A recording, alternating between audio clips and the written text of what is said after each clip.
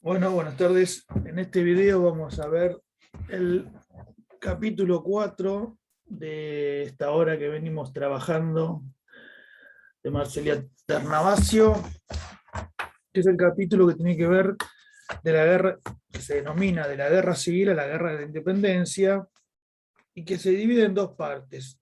La primera parte tiene que ver con los ejércitos que salen desde la Junta de Buenos Aires para expandir la revolución, y Ternavasio lo denomina la guerra como empresa militar, y la otra tiene que ver con las transformaciones sociales que generó la guerra de independencia, y me parece que es un tema muy importante en este capítulo. Bueno, eh, comienza diciendo que la guerra, que comenzó a partir del proceso revolucionario de 1810, implicó importantes costos sociales, económicos, y que dieron lugar a transformaciones culturales e ideológicas, ¿no? Entonces, por ejemplo, con las revoluciones de fines del siglo XVIII, a partir de ahí, ¿no? En Europa, ya no se combatía por cuestiones dinásticas o religiosas, sino que por principios políticos que invocaban al pueblo como principio legitimador, ¿no? El pueblo le daba legitimidad a los gobernantes. Entonces, obviamente que el primer sector afectado ante estas transformaciones fueron los sectores populares, ¿no? El pueblo. Y en el Río de la Plata, desde las invasiones inglesas pasaron a ser importantes los sectores populares para integrar las milicias, ¿no? Iniciada la guerra revolucionaria, las milicias urbanas de Buenos Aires, como vimos, creadas tras las invasiones inglesas, comenzaron a salir de las fronteras de la ciudad para luchar por la libertad, por los ideales de la Junta, ¿no? De Mayo. El gobierno revolucionario convirtió, obviamente, estas milicias en un ejército regular, y esto requería importantes recursos materiales, ¿no? Y una disciplina bien marcada. Y, y bueno, y para ir a la guerra revolucionaria en sí, digamos, los dos primeros frentes fueron el norte y el este. El ejército del norte tenía como objetivo ganar, ¿qué cosa? El Alto Perú, rica en metales preciosos, ganarla para el nuevo orden, ¿no? Para Buenos Aires. Y entre 1810 y 1815 hubo marchas y contramarchas, ¿no? por este territorio, digamos. La primera victoria del ejército del norte fue Suipacha, en diciembre de 1810. Y a esto le sucedió una derrota, que es la derrota de Huaki, y el ejército realista, que era sostenido por el Virreinato del Perú, decide anexar el Alto Perú a este Virreinato del Perú. Entonces el general Goyeneche, que era el realista que había mandado el virrey del Perú, y luego a Pezuela, estuvieron a cargo de la defensa realista de esa zona, ¿no? Del Alto Perú. Entonces, a partir de la derrota de Huaki, el gobierno de Buenos Aires no pudo avanzar sobre el Alto Perú. En realidad después hubo marchas y contramarchas, como le dije, y después de la derrota de Sipe en 1815, solamente atinó a la guerra de guerrillas, ¿no? Comandadas principalmente por Güemes, con sus gauchos, para defender la frontera de lo que hoy conocemos como Salta, ¿no? Esto no impidió igualmente que los realistas incursionaran sobre Salta, sobre Jujuy, ¿no? y invadieran en diferentes oportunidades de la zona, hasta que se termina viendo, ¿no? A mediados de la década del 20, 1824, para ser efectivo, la victoria definitiva del Alto Perú por parte del ejército americano, ¿no? Con el ejército de Bolívar, el ejército bolivariano, comandado por Sucre. Eh, y bueno, las tropas que habían resistido en todo ese interín eran, como dijimos, que asolaban a los realistas que controlaban la región. Estaba integrada por indios, por mestizos, como por ejemplo había una comandante mujer, Juana Zurduy, y su marido Padilla, que había muerto en la batalla, que lo vimos en otros textos. El texto después habla de la avanzada patriota en el norte de Sudamérica, con Bolívar a la cabeza, que después vamos a ver cómo fue ese encuentro con el ejército sanmartiniano, que fue para el lado de Chile, ¿no? Entonces San Martín planteaba que ante la imposibilidad de llegar a Lima a través del norte, por el Alto Perú, decide organizar la campaña libertadora a través del ejército de los Andes, ¿no? Entonces él consideraba importante cambiar la estrategia, primeramente reconquistando Santiago, que había sido reconquistada por los realistas a partir de 1814 en la batalla de Rancagua, y de ahí encaminarse a Lima por barco, ¿no? Su primera, digamos, jugada política fue hacerse nombrar gobernador de Cuyo, y desde Mendoza, bueno, se puso a organizar el ejército de los Andes. A Mendoza habían llegado los exiliados chilenos después de Rancagua, como por ejemplo O'Higgins, los Carrera, ¿no? Y el primero se le sumó a la empresa sanmartiniana, pero Carrera no se distancia de San Martín y O'Higgins por diferencias políticas.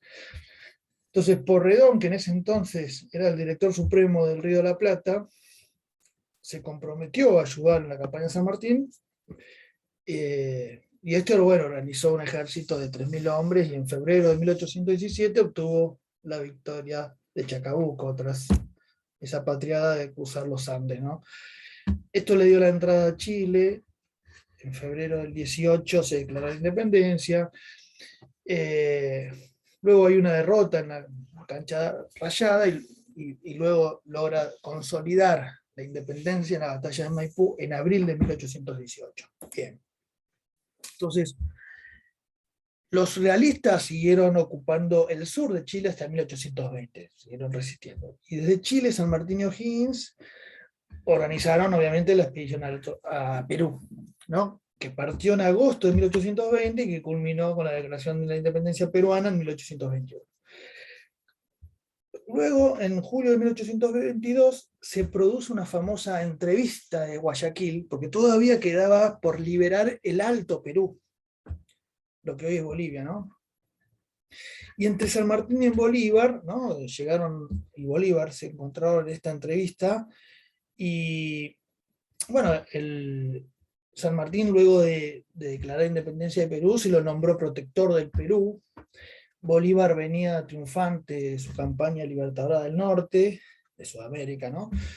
Y se le había nombrado como presidente de la Gran Colombia, que comprendía lo que hoy es Colombia, Venezuela, Ecuador, y la entrevista era para coordinar la definitiva liberación de América, como dijimos, y se decidió el retiro de San Martín, y la continuación de la campaña libertadora quedó a cargo de Bolívar.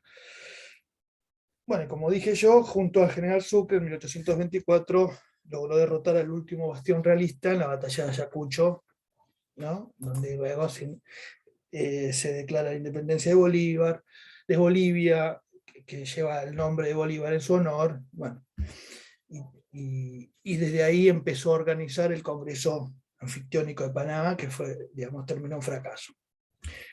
Volviendo al Río de la Plata, con respecto al Paraguay, hubo una expedición al cargo de Belgrano en 1811, pero sin embargo, Paraguay logra derrotar a estas fuerzas, digamos, de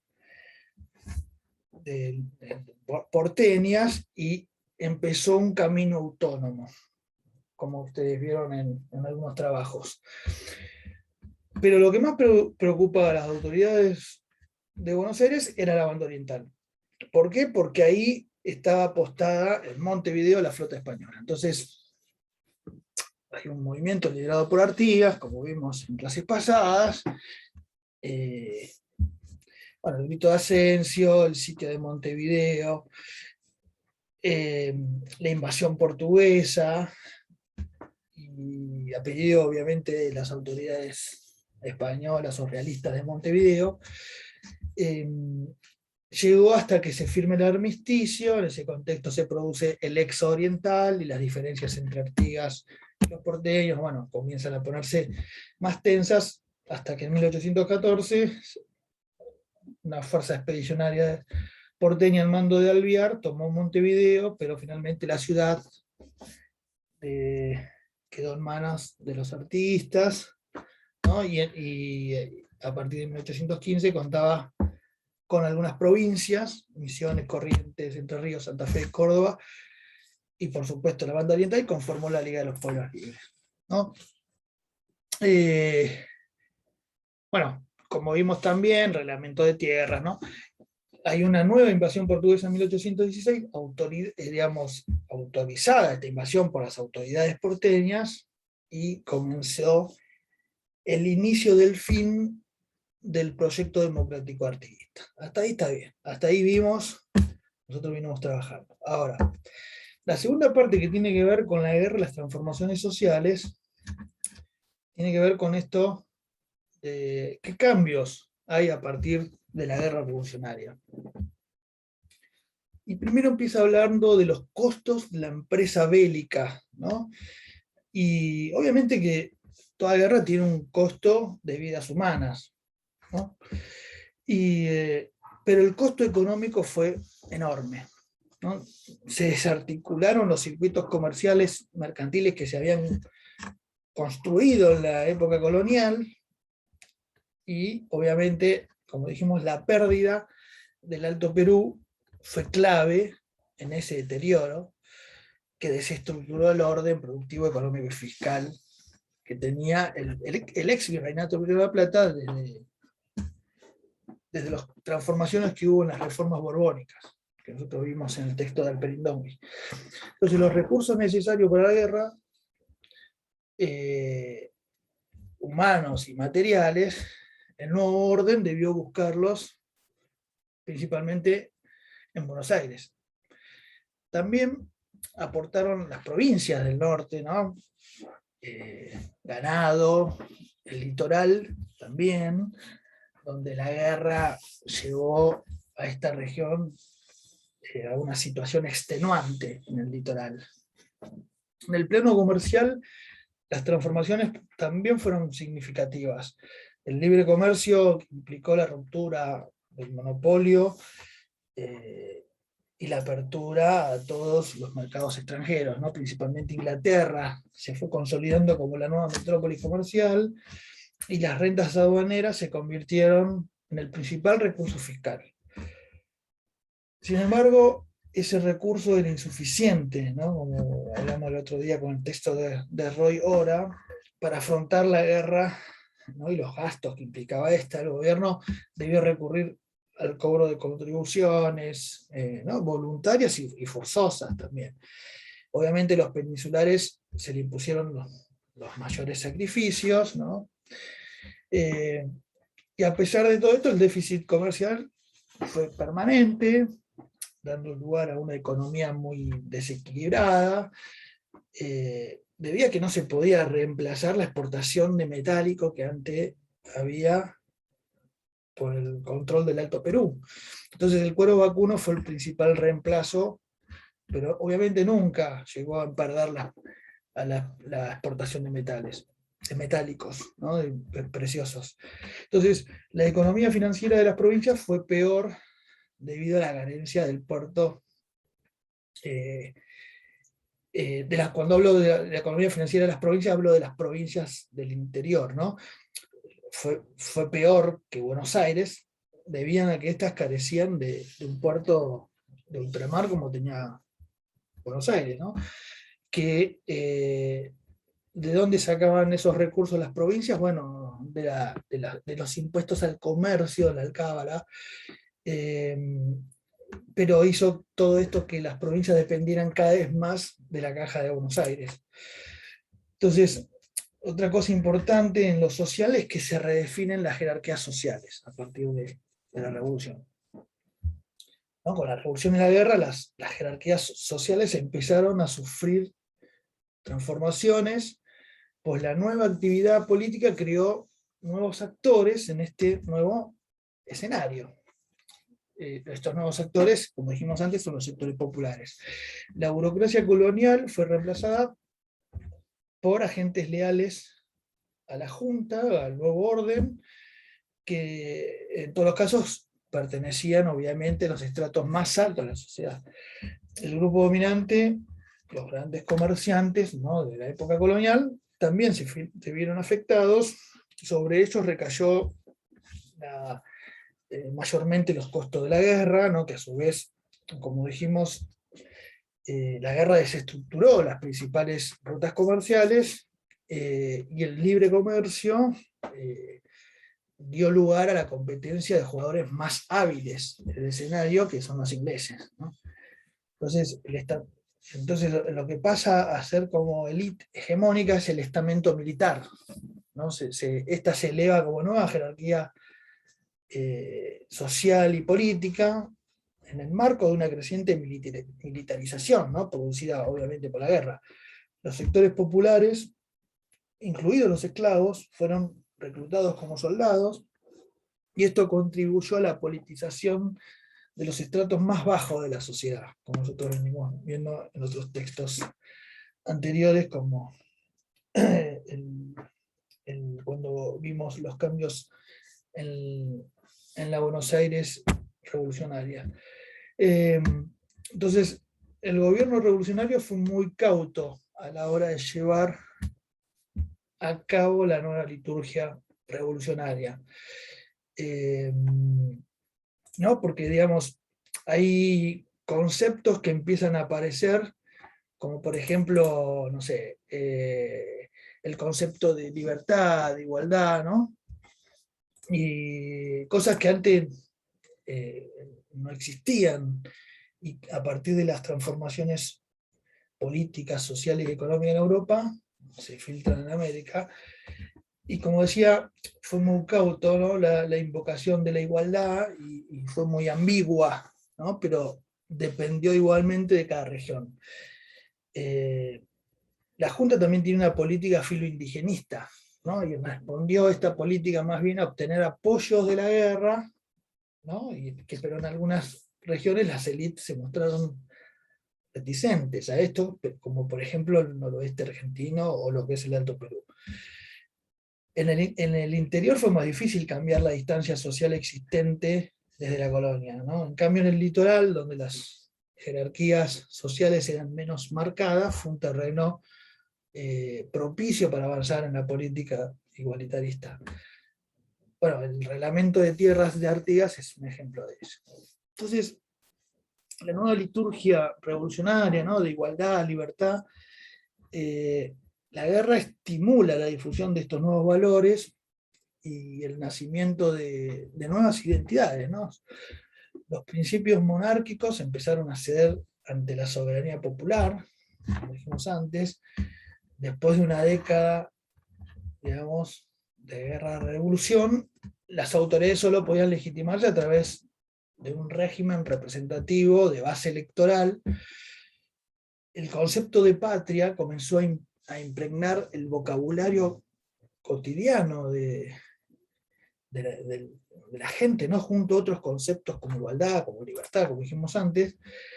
Y por ejemplo, el concepto de libertad al principio podía invocar a mayor autonomía a la corona, no a romper definitivamente con ella, como venimos trabajando.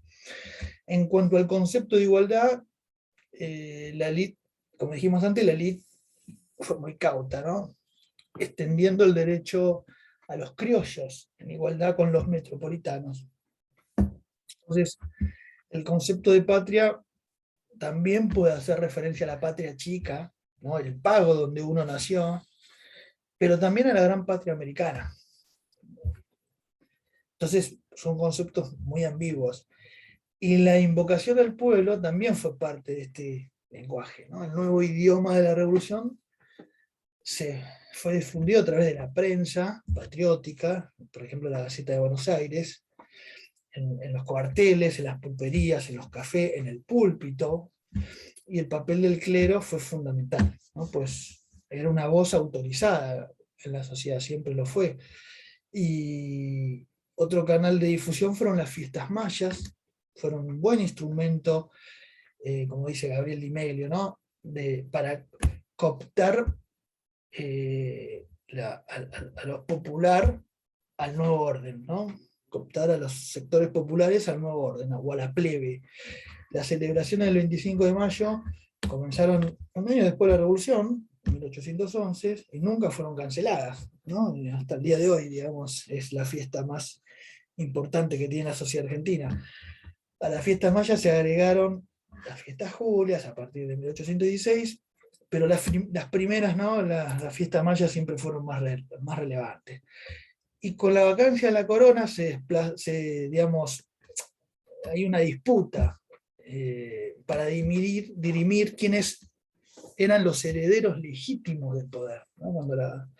Cuando el Fernando VII es detenido, empieza a ver quiénes son los herederos legítimos. Buenos Aires tomó esa iniciativa, pero las capitales provinciales empiezan obviamente a pedir mayor autonomía. Bueno, aunque el conflicto empezó con el sistema artiguista, ¿no? Con el artiguismo, o con Artigas, la unidad política de las Provincias Unidas del Río de la Plata estalló a partir de la década de 1820, con la famosa ya batalla de Cepeda. Bueno, cuando el centralismo porteño, que gobernaba desde Buenos Aires, se enfrentaron a los federales del litoral, y con Cepeda comienza una nueva etapa de la historia de la región, no de las autonomías provinciales que vamos a ver más adelante. Bueno, se hizo un poquito largo, espero que se haya comprendido. Nos vemos.